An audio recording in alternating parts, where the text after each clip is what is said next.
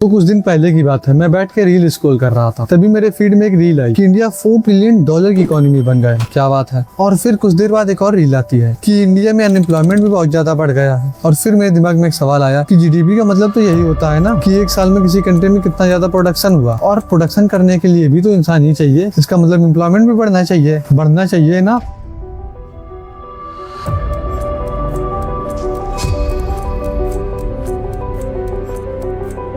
तो सबसे पहले जानते हैं जॉबलेस ग्रोथ का मतलब क्या होता है। जब किसी देश की इकोनॉमी बहुत ज्यादा बूम करती है मगर उसके कंपैरिजन में जॉब्स बहुत कम क्रिएट होती है, तब हम उस कंट्री की ग्रोथ को जॉबलेस ग्रोथ कहते हैं, जिसको हम मेनली 3 क्राइटेरिया से देखते हैं। सबसे पहला employment elasticity rate. Employment elasticity rate हमें ये बताता है कि किसी देश की इकोनॉमी के हर 1% ग्रोथ में कितने परसेंट एम्प्लॉयमेंट जनरेट हुआ। 1980s में इंडिया का एम्प्लॉयमेंट इलास्टिसिटी रेट 0.5 था, जो कि काफी ज्यादा अच्छा माना जाता है, जो कि 2026 में घट के 0.01 बचा, जिसको हम जॉबलेस ग्रोथ भी कहते हैं। अगर हम इसको चाइना और अमेरिका से कंपेयर करें तो यूएसए का 0.4 है और चाइना का 0.15, जो कि इंडिया के कंपैरिजन में काफी ज्यादा अच्छा माना जाएगा।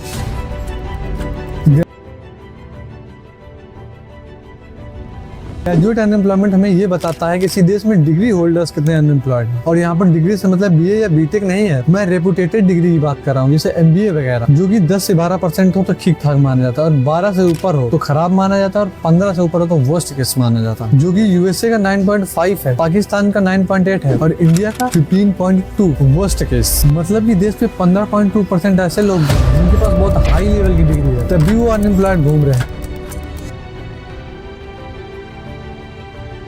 किसी भी देश के यूथ का गवर्नमेंट जॉब के प्रति क्रेज ये दिखाता है कि उस देश में प्राइवेट सेक्टर में जॉब्स कितनी कम, प्राइवेट सेक्टर की जॉब्स की हालत कितनी ज्यादा खराब। 2014 और 2022 के बीच में गवर्नमेंट वैकेंसी की 22 लाख जॉब्स आई और कितने लोगों ने फॉर्म भरा? 22 crore. 0.03% success rate, 99.7% failure rate. ऐसे ही जब रेलवे जॉब्स निकालता है तो कुछ हजार जॉब के लिए 22 से 25 लाख लोग फॉर्म भर देते हैं। ऐसे ही जब गवर्नमेंट ने म्युनिसिपल क्लर्क की जॉब निकाली, जिसके लिए कोई 10th पास होने की जरूरत, तो उसके लिए एमबीए पीएचडी होल्डर तक ने फॉर्म भरा, और नतीजा गवर्नमेंट को एयरपोर्ट रनवे पे पेपर कराने पड़े। और इसीलिए अब गवर्नमेंट अपना फिजिकल डेफिसिट घटाने के लिए कॉन्ट्रैक्ट बेस्ड जॉब्स ला रही है, जैसे अग्निपथ स्कीम। अब तुम में से कुछ लोगों का आर्ग्यूमेंट होगा कि इंडिया में स्टार्टअप्स बढ़ रहे हैं, स्टार्टअप्स में जॉब कर लेंगे, तो उसकी भी रियलिटी मैं तुम्हें बता देता हूँ। पिछले 10 साल में जब से स्टार्टअप इंडिया प्रोग्राम लॉन्च हुआ है, 2016 से 2026 तक में टोटल 25 लाख जॉब क्रिएट हुई है, और इंडिया को हर साल 1.5 करोड़ जॉब्स चाहिए, मतलब टोटल डिमांड का केवल 2%। और इसमें भी जब स्टार्टअप्स को नई नई फंडिंग मिलती है तब स्टार्टअप्स भर के हायर करते हैं, और जहां फंडिंग डाउन होती है भर के ले ऑफ करना शुरू करते हैं। और दूसरी बात, स्टार्टअप्स मोस्टली शहरों में खुलते हैं और मोस्ट ऑफ द इंडियन जनसंख्या गांवों में रहती है। ये मोस्टली हाई क्वालिटी स्किल्स मांगते हैं, जो कि मोस्ट ऑफ द इंडियंस पास नहीं है।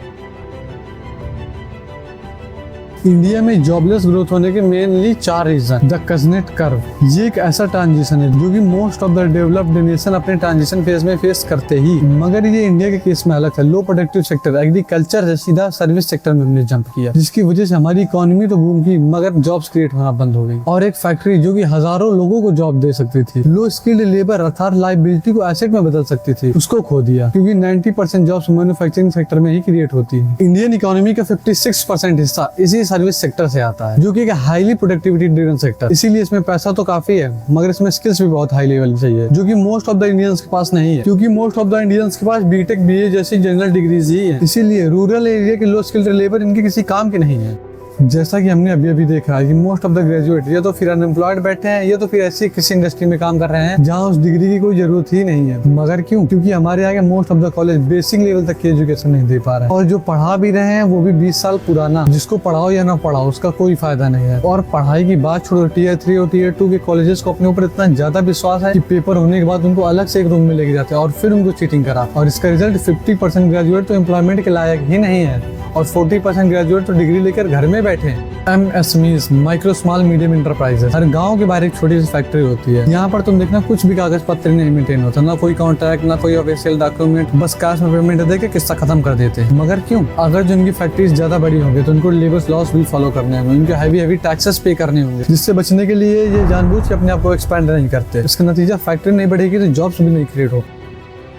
इंडिया दुनिया का सबसे ज्यादा वर्क वीक वाला देश है, with the work week of 46.7 hours a week. और ये तो ऑफिशियल है, वरना तुम्हारे घर में कोई कोऑपरेट वगैरह में काम करता हो तो कभी उससे पूछना। 14-14 घंटे काम कराते हैं घर में बैठा के, वर्क फ्रॉम होम कराते हैं।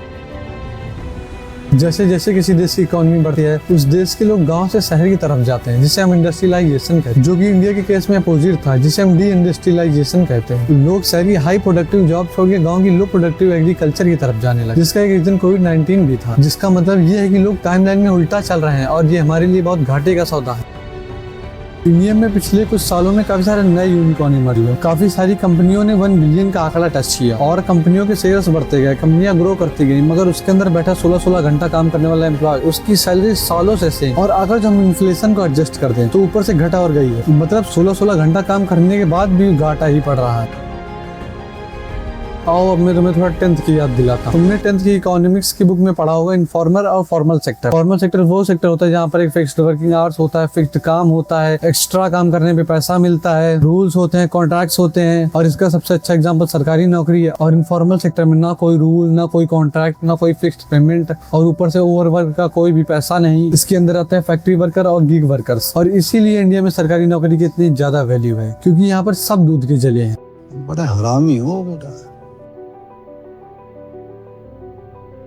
ये जॉबलेस ग्रोथ इंडिया के बारे में क्या बताता है? इंडिया के पास वर्ल्ड की लार्जेस्ट और वर्ल्ड की यंगेस्ट पॉपुलेशन है with 65% under the age of 35। मतलब कि 65% ऐसे लोग हैं जिनकी एज 35 के नीचे। और इसी को कैलकुलेट किया जाए तो इंडिया की एवरेज एज 28 निकलती है, जिसको हम डेमोग्राफिक डिविडेंड कहते हैं, जो कि किसी भी देश के लिए एक बहुत बड़ा एसेट होता है, मगर इंडिया के लिए लायबिलिटी बन के रह गया है। ये कुछ ऐसा हो गया है कि जिस जवान लड़के को घर में कमा के घर की स्थिति सुधारनी चाहिए, वही आज घर में बैठ के खा रहा है। क्योंकि इंडिया में सरकारी नौकरी को छोड़ के दूसरा कोई सेफ ऑप्शन नहीं है। और इंडिया में काफी सारे लोगों का मानना है कि बस एक बार सरकारी नौकरी मिल जाए फिर जिंदगी में काम नहीं करना, जो कि सच भी है मगर सही नहीं। और इसीलिए हमारे यहाँ अलग अलग जॉब के हिसाब से अलग अलग इज्जत मिलती है। अगर जो कोई सरकारी चपरासी भी है उसको एक कॉर्पोरेट के 1 लाख रुपए कमाने वाले से ज्यादा इज्जत मिलेगी, बस इसलिए कि वो सरकारी। और इसीलिए सरकारी नौकरी इंडियन मैरिजेस को इतना ज्यादा इन्फ्लुएंस करते हैं और ऐसे वीडियोस बाहर आते हैं। अच्छा, तो क्या तुमने कभी रैट रेस का नाम सुना है? आज उसी रैट रेस में इंडियन यूथ रगड़ रहा, अपनी सबसे क्रिएटिव एज में 14-14 घंटा पढ़ के एक ऐसे एग्जाम की तैयारी कर रहा है जिसमें फेलियर के 99.7% चांस। और अब कुछ लोग बोलेंगे कि फेलियर के तो हर जगह चांस है, तो क्या घर में हाथ जोड़ के बैठ जाए? नहीं, मगर अगर तुम 14-14 घंटे किसी प्राइवेट जॉब के लिए दे दोगे ना, तो स्किल सीख लोगे ना 14-14 घंटे में, तो तुम्हारा लाखों का पैकेज लग जाएगा। हाई जीडीपी का मतलब यही तो होता है कि लोग ज्यादा खर्च कर रहे हैं, मतलब कमा भी ज्यादा रहे होंगे,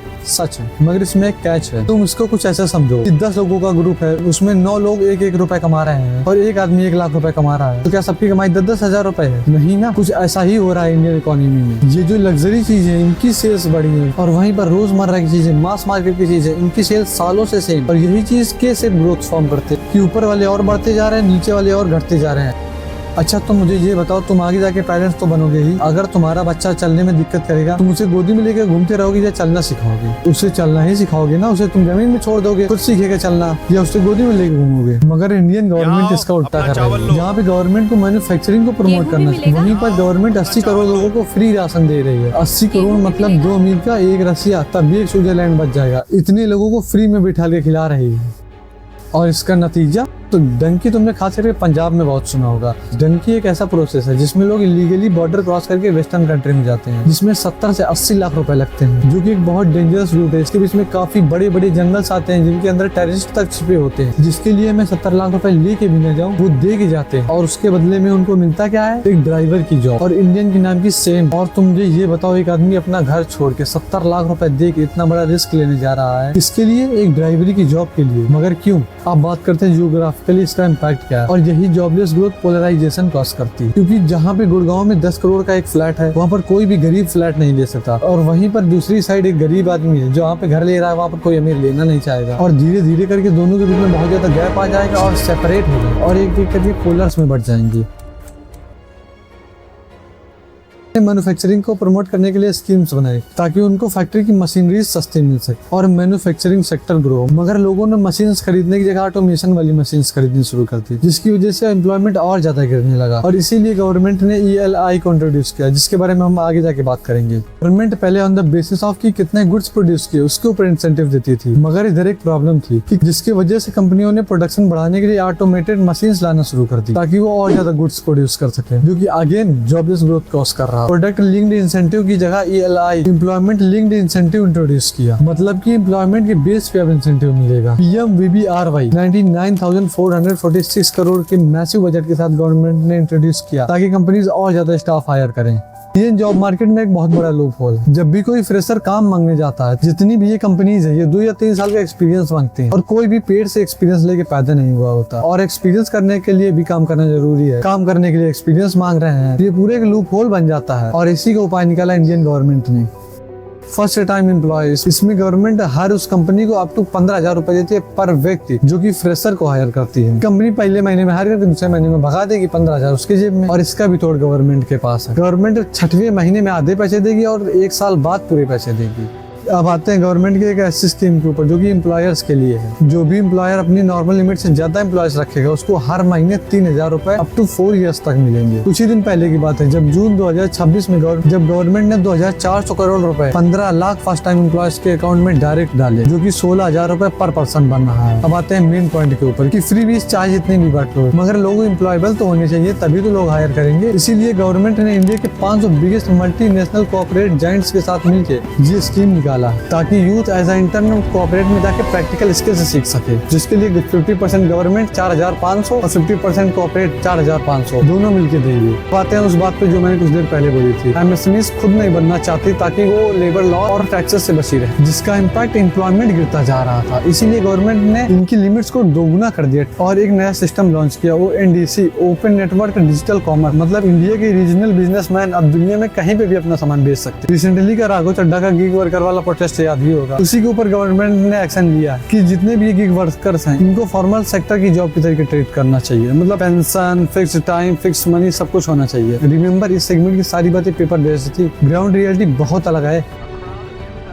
जहाँ पर आज हम हैं सेम वहीं पर चाइना सन 2000 में, same population, same pollution, same no jobs, same low skill labours. मगर चाइना ने ऐसा क्या किया और हम क्या कर रहे हैं? चाइना ने सबसे पहले लो स्किल्ड लेबर को यूटिलाइज करना शुरू किया और मैन्युफैक्चरिंग पे फोकस किया, जैसे टेक्सटाइल या असेंबलिंग वगैरह पे, और बड़े बड़े इंडस्ट्रियल पार्क बनाए जो कि लाखों लोगों को एक बार में एम्प्लॉयमेंट देते थे, जिसकी वजह से मैन्युफैक्चरिंग उनकी इकोनॉमी का एक बहुत बड़ा हिस्सा हो गया विद 32% शेयर ऑफ GDP। और वहीं इंडिया सीधा सर्विस सेक्टर पे जंप कर गया विद 60% शेयर इन GDP, जिसमें प्रॉफिट तो बहुत है मगर इसका फायदा केवल एलाइट्स ही उठा सकते हैं। जहां चाइना ने लो स्किल्ड लेबर पे भी ध्यान दिया, वहीं पर इंडिया ने केवल एलाइट्स पे ध्यान दिया। जहां चाइना ने लो स्किल्ड लेबर को शिफ्ट करके हुकॉफ सिस्टम का यूज किया, इन्होंने 150 मिलियन लो स्किल्ड लेबर को शेंझेन जैसे मैन्युफैक्चरिंग हब में शिफ्ट किया, जो कि आज वर्ल्ड क्लास टेक प्रोड्यूस करता है। चाइना की सिलिकॉन वैली है। और वहीं इंडियन यूथ जब शहर में जाता है, हाथ पैर मारता है, कुछ नहीं मिलता तो कुछ गिग वर्कर बन जाते हैं, वरना कुछ वापस गाँव में आके वही खेती बाड़ी फिर से करने लगते हैं। और चाइना ने world class special economic zones बनाए to attract foreign companies and build plan to create millions of jobs. और वहीं इंडियन गवर्नमेंट जहां इन लोगों को हायर करना चाहिए, वहां प्राइवेट कंपनी की बात छोड़ो, खुद ये फिजिकल डेफिसिट की वजह से ऑटोमेशन का इस्तेमाल कर रहे हैं। चाइना ने 1 चाइल्ड पॉलिसी इंट्रोड्यूस करी ताकि लोगों की डिपेंडेंसी घटे और लोगों का पैसा बचे और उनकी इकोनॉमी और बूम करे। और इंडिया में सब अल्लाह की देन है। बाल बच्चा सब कितना है? 7।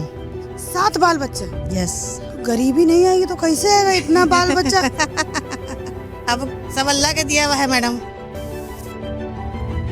अब आते हैं हमारे लास्ट सेगमेंट के ऊपर कि एज अ सिटीजन हम क्या कर सकते हैं। तो सबसे पहली बात, केवल इंडियन मार्केट में मत देखो, फॉरेन मार्केट में भी देखो, क्योंकि इंडिया के बेस्ट स्टार्टअप्स ओला, उबर, ये सारे के सारे फॉरेन मार्केट की कॉपी है। और अच्छी ट्रेंडिंग स्किल्स सीखो। अब ये मत पूछने लग जाना कि ट्रेंडिंग स्किल्स क्या होती है, ये तो तुम चैट GPT से भी पूछोगे वो भी बता देगा। और उससे फॉरेन क्लाइंट को बेचो, क्योंकि वहाँ का $1,000 भी हो जाएगा, तब भी यहाँ पे आके 1 लाख रुपए हो जाएगा, जो कि यहाँ का टॉप 5% में आता है। नंबर 2, सरकारी नौकरी के ऊपर पागल मत हो, एक फिक्स टाइम दो, अगर जो उसके अंदर निकल रही है तो सही, वरना दूसरा कुछ ट्राई करो। नंबर 3, शो डोंट टेल, मतलब कि चीजें बताओ मत, चीजें दिखाओ। जैसे बहुत सारे लोग रेज्यूमे का PDF बना के दे देते हैं, जिसका आप कोई फायदा नहीं है, क्योंकि AI स्क्रीनर ऐप आ गए, वो सीधा वहीं से हटा देते हैं। इसीलिए प्रैक्टिकल प्रोजेक्ट बनाओ, जैसे ओपन सोर्स गिटहब प्रोजेक्ट या लिंक्डइन की कोई केस स्टडी, ऐसा कुछ बनाओ जो कि AI स्क्रीनर इंपॉर्टेंस और फिल्टर आउट में छोड़ देते हैं। चौथी बात, लोग कहते हैं AI तुम्हारी जॉब खा जाएगी। इसका मतलब ये हुआ ना कि AI की वजह से जॉब्स कम होंगी, मतलब जॉब्स कम देनी पड़ेंगी। अगर जो तुम इसको बिजनेस माइंडसेट से देखो तो बिजनेसमैन को बहुत ज्यादा फायदा है, तुम बिजनेस भी कर सकते हो,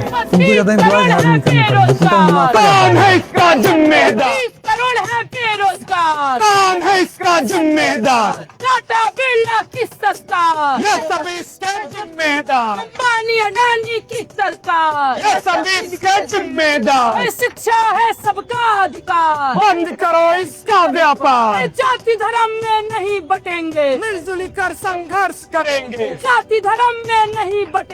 मिलजुल कर संघर्ष करेंगे।